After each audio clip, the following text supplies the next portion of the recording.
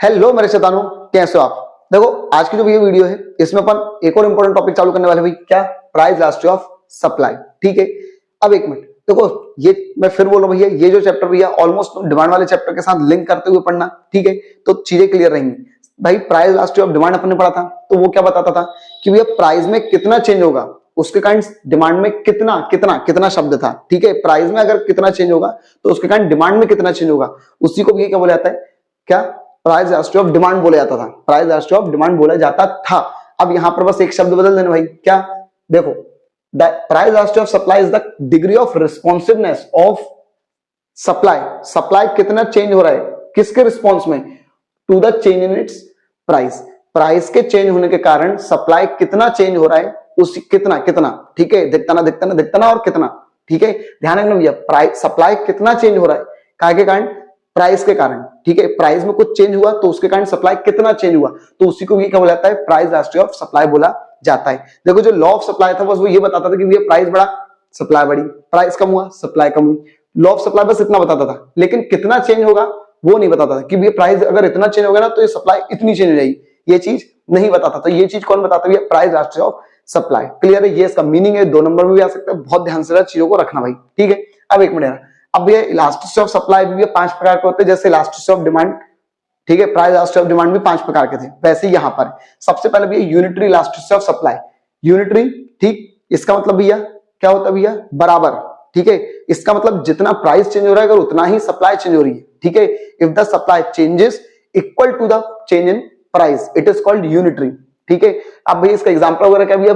मान लो ये पहले 20 था रुपए, तो डिमांड क्वांटिटी कितनी थी? 200, अब भैया 30 हो गया। ठीक है, इसका मतलब ये 50% बढ़ गया, तो भैया क्वांटिटी भी कितनी बढ़ गई? 50% बढ़ गई। 200 से कितनी होगी?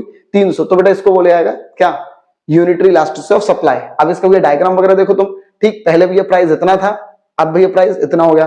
तुमको कम करके बताना कम करके बता दो, बढ़ा के बताना बढ़ा के बता दो, कोई दिक्कत नहीं है। ठीक है, बस ध्यान रखना दोनों बराबर बढ़ने चाहिए या तो दोनों बराबर कम होने चाहिए। इसको बेटा क्या बोलेंगे? Equal to 1। क्लियर है? ठीक, अब एक minute, highly elastic supply. Highly elastic supply, highly मतलब ये थोड़ा ज्यादा होगा, थोड़ा ज्यादा, लेकिन क्या ज्यादा होगा? सप्लाई ज्यादा होगी। सप्लाई क्या होगी भैया?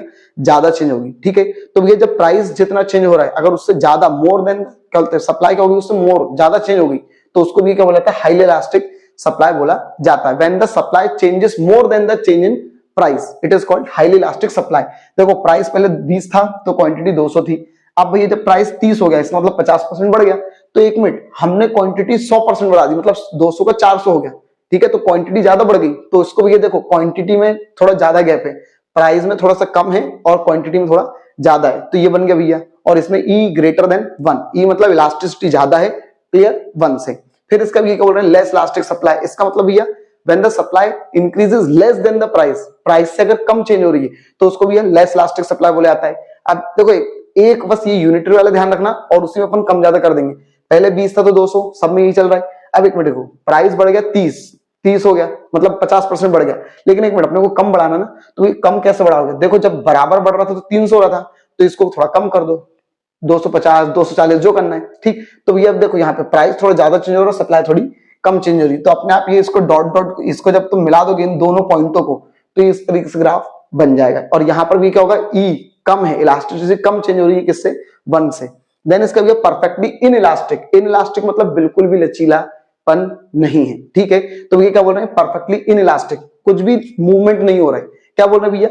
अगर प्राइस कुछ भी हो जाए, ठीक है, प्राइस कुछ भी कम ज्यादा हो जाए, लेकिन हम सप्लाई को बढ़ने या कम होने नहीं दे रहे हैं। ठीक है, मतलब वो अपने आप कम हो ही नहीं रही है, ना बढ़ रही ना ज्यादा हो रही है, कौन? सप्लाई। तो बेटा उसको बोला जाता है परफेक्टली इन इलास्टिक, मतलब सप्लाई में कोई भी इलास्टिक नहीं है। तो देखो भैया प्राइस पहले 20 था तो भी सप्लाई उतनी है, 30 तो भी उतनी, 40 तो भी उतनी, तो इसका मतलब ये डॉट डॉट डॉट, इन डॉटों को जब अपन मिलाएंगे तो बेटा कर्व कैसा बनेगा? बिल्कुल वाई एक्सिस के पैरेलल, वाई एक्सिस के पैरेलल। ये एक्स एक्सिस होता है और ये वाई एक्सिस होता है, तो ये वाई एक्सिस के क्या जा रहा है? पैरेलल। अब यहां से ऑब्जेक्टिव बन सकता है कि भैया इलास्टिसिटी ऑफ सप्लाई का कौन सा कर्व, ठीक है, क्या भैया वाई एक्सिस के पैरेलल जाता है? कौन सी इलास्टिसिटी में कहते हैं सप्लाई का कर्व वाई एक्सिस के पैरेलल जाता है, तो ये कौन सी?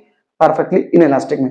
और अब लास्ट भैया परफेक्टली इलास्टिक, मतलब भयंकर इलास्टिक है इसमें। ठीक है, इसका मतलब भैया प्राइस में थोड़ा बहुत भी चेंज हो रहा है या फिर नहीं हो रहा है, लेकिन सप्लाई में बहुत ज्यादा क्या हो रहा है? चेंज हो रहा है। प्राइस पहले 20 था, अब यहाँ पर ये पहले 50 हो गया, फिर 100, फिर 150, इस तरीके से हो रहा है चेंज। तो ये इसको क्या बोला था भैया, परफेक्टली इलास्टिक सप्लाई। ठीक, अब इसमें देखो ये क्या लिखा है भाई, प्राइस 20 का 20 ही है, लेकिन पहले क्वांटिटी 50, 100, 150 ऐसा था। यहाँ पर E इक्वल टू क्या होगा भैया, इन्फिनिटी हो गया। क्लियर है भैया? ठीक, यहाँ पर भी इक्वल टू 0 रहता है किसमें, परफेक्टली इन इलास्टिक में, क्योंकि कुछ भी चेंज नहीं हो रहा है। और यहाँ पर इलास्टिसिटी भयंकर चेंज हो रही है, इन्फिनिटी। ठीक, बहुत ज्यादा चेंज हो रही है। क्लियर है? तो ये भी अपना एक नॉर्मल सा टॉपिक था भाई, ठीक है, लेकिन इंपॉर्टेंट टॉपिक है। क्यों? क्योंकि देखो 2 नंबर में ये भी आ सकता है, इन सब की मीनिंग अलग से आ सकती है। 4 नंबर में पूरा पूरा एक्सप्लेन करने के लिए बोल सकते हैं, सब कुछ भी आ सकता है। ऑब्जेक्टिव वगैरह बनाने के लिए बोल देंगे, ठीक है, कि भैया एक तरफ दे देंगे ये सारे नाम और एक तरफ दे देंगे भैया ये वाले नाम, ये E इक्वल टू 1, 2, ये जो भी है, तो भैया मिलाओ मैच करके बताओ। क्लियर? तो इस तरीके से भी देखो तुमको खुद पता होना चाहिए कैसे कैसे क्वेश्चन बन सकते हैं, मॉडिफाई हो सकते हैं। ठीक है, क्योंकि अब इकोनॉमिक्स में ही वो लोग बहुत ज्यादा रुला रहे हैं। ठीक, तो इसलिए ध्यान रखना, अपन लोग को हर एक चीज पढ़नी ताकि ये कुछ भी आए तो अपने को बने। ठीक है, सब कोई से नहीं बने, लेकिन तुम अगर कॉन्सेप्ट से पढ़ रहे हो तो तुमसे जरूर बने भाई।